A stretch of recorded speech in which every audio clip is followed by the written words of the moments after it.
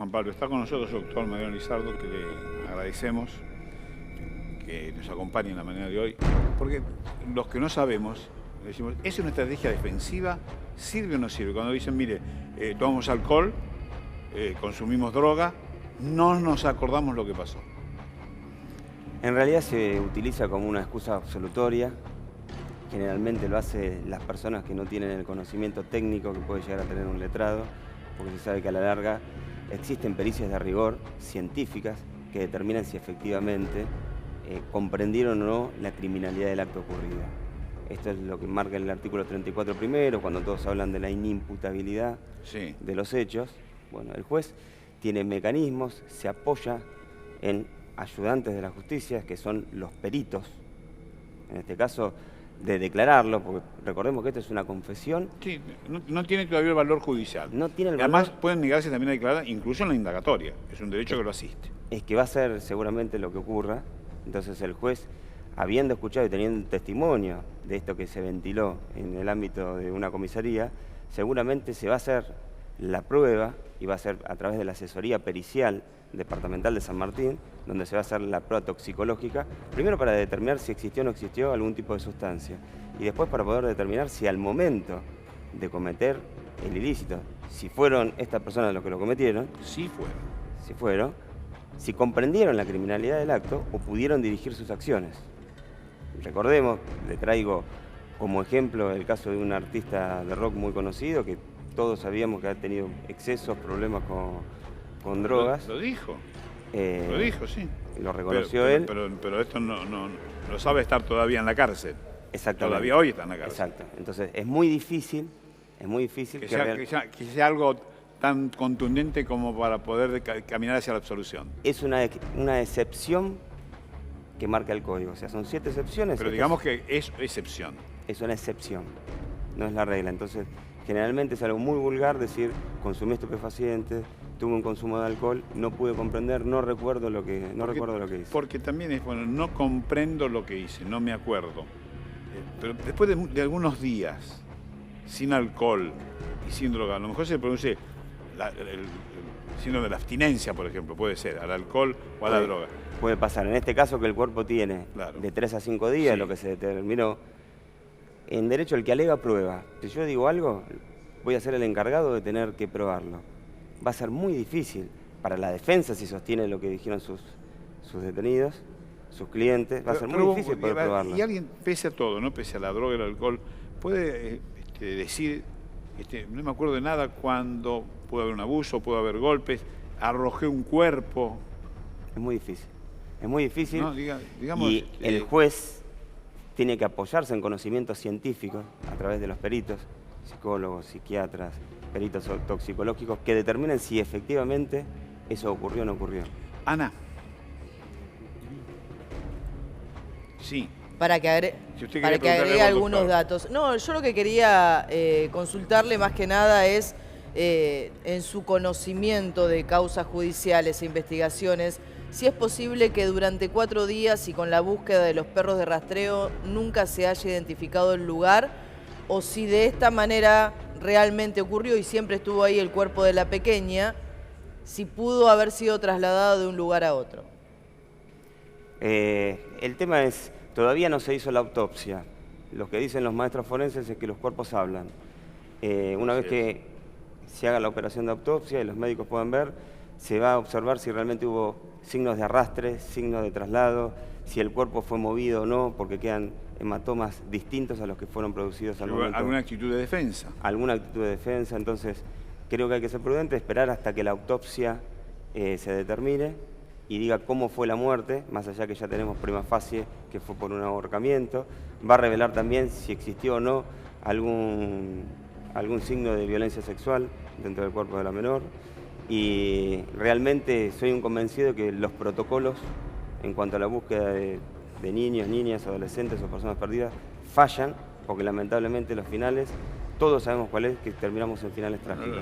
Este año es terrible, ¿no? La cantidad, en este año, de niñas de hasta 12 años que fueron o violadas o golpeadas o abusadas y que a causa de estos episodios y otras a lo mejor en disputas de pareja que murieron es un número que hay que preocupar, ¿no? Es muy considerable y creo que... Estamos a una por mes, por lo menos. Se va a tener que reformular el tema de los protocolos, porque se tarda muchísimo en poder... Si los hechos no son prensados, generalmente los hechos terminan mal. Y en los últimos casos conocidos, todos han terminado con un desenlace fatal. Pero acá también hay antecedentes, ¿no? Parece que hay denuncias concretas de que la nena estaba golpeada. Que hubo una denuncia de que la nena llegó golpeada y esto se radicó en sede judicial. Tendrá que ser una tarea ardua del fiscal desentramar lo que ocurría dentro de ese núcleo familiar, donde vivían en un mismo terreno, vivían en un mismo ámbito, y hay denuncias cruzadas entre los progenitores está claro que hay una disputa fuerte. Pero bueno, la disputa puede ser por la asignación universal por hijo, que parece que era parte de esa disputa, pero de ahí a la muerte hay una enorme distancia, ¿no? Hay una enorme Estamos hablando de otra cosa. Yo creo que va a tener un buen trabajo el fiscal en tratar de determinar cuáles fueron los motivos que llevaron a que los autores del hecho hayan cometido tan aberrante crimen. Y Ana ponía una incógnita, ¿no? ¿Solos? ¿Alguien cubren a alguien? Quedan las incógnitas esas. Sí, siempre quedan incógnitas y a veces es muy difícil llegar a la verdad absoluta. Y aparece la droga también, ¿no? Sí, creo que dentro de lo que ha salido en los medios de comunicación... Es por lo que dijeron en la primera declaración que hizo el hombre. Lo han manifestado que existía la comercialización de estupefacientes. Entonces, lo que hace aún más... Amplia la investigación. Amplia la investigación que va a tener que hacer el Ministerio Público Fiscal. Claro, el tema no para en el que toma la droga, sino también quien se la provee. Hasta ahí debiera llegar. Es un espectro muy amplio. Acá lo que se va a investigar... Pero llegan a eso, vamos a ir a la realidad, ¿no? Muy bien, pasó tal cosa, yo consumí droga, se comprueba que efectivamente lo que dice es cierto. No en este caso como un intento absolutorio, sí. ¿no? Y después se sigue. Bueno, pero ¿cómo es? A ver, ¿y quién le provee a usted? Generalmente se corta en los casos, o sea, separando lo que es el hecho del homicidio de Sheila, generalmente en los casos de drogas se llega hasta los primeros eslabones. Es muy difícil llegar a desmantelar las grandes organizaciones. De hecho, cuando vemos los grandes secuestros de toneladas y toneladas, los que terminan detenidos son los camioneros, no son los organizadores. También hay que mensurar esto de cuando se encuentra droga, porque hay una estadística mundial que surge de análisis, no de que uno lo quiere inventar. Que lo que se secuestra es el 10% de lo que circula. Tal cual. Pero los casos donde habla de la magnitud. Donde se procede a esas incautaciones que hoy tenemos a la vista y capaz hoy están más, durante este gobierno se ha hecho más hincapié en los secuestros, no dejamos de detener camioneros o personas que están traficando, y no las grandes organizaciones que son quienes fomentan y quienes económicamente potencian la comercialización. Vamos a ver qué otro aporte nos puede dar Juan Pablo desde el lugar, si se puede alguna novedad, si hay algún testimonio. El primer aporte que dio recién es muy interesante, en el sentido para saber lo que pasó, porque ahora se habla que un chiquito fue el que vio y el que llamó a que le prestasen atención, porque él es el que descubrió el lugar donde fue ubicada después sin vida esta nena de 10 años. Sí, Juan Pablo. Sí, ese es el dato que acercan vecinos, aquellos que iban saliendo, que no eran tan cercanos, porque justamente, si bien convivían en el mismo sector de edilicio de la tía, primero manifestaron no haber visto nada, pero sí marcaban que en el momento de la investigación un chiquito marca el lugar porque le había llamado la atención el colchón. Claro, ese fue un dato por lo menos clave, creen, para los investigadores que estaban trabajando en la zona, estaban rastrillando, y en ese momento, en esa cercanía, aparece este chiquito. Eso por un lado. Por otro lado, hay que decir que el patio donde ella empieza a jugar fue un espacio que nos marcó el papá. Y ese patio donde empezó a jugar, podríamos decir que hay dos patios. Uno que está casi aquí, donde está la puerta, donde está el portón, unos metros mínimos hacia la derecha, donde estamos registrando. Pero más allá hay una reja baja, unos bancos que también presentamos el día martes, y allí, dijo el papá, es el lugar donde yo la dejé jugando. Es decir, el lugar donde él la deja es en lo bajo, a muy pocos metros de lo alto donde vive la tía. Es decir, que el lugar inicial donde él la deja es subir y encontrarse en la casa de la tía. Yo lo que entiendo es que el movimiento que se dio hasta aquí, donde estamos ahora, fue en un momento, pero que volvió a ese patio. Y en ese patio, ahí apareció el llamado, porque la distancia de la casa de la tía al otro patio que marcábamos es mínima.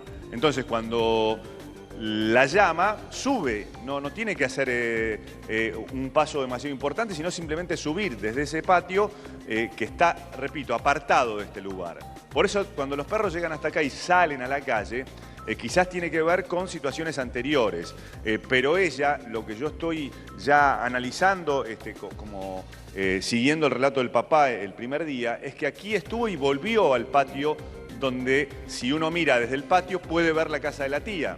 Entonces, desde ese patio que tiene unas mesas donde estaba jugando y donde dijo el papá que la dejó además, ahí sí la pudo haber llamado la tía y lo único que tenía que hacer es subir. No tenía que recorrer ni verla a nadie. Es decir, con subir una escalerita llegaba a la casa de la tía. Entonces tiene mucho más sentido que nadie haya visto nada, que es lo que nos decían los vecinos, ¿no? Y el valor del testimonio de la vecina que dijo, alguien la llamó y ella respondió tía.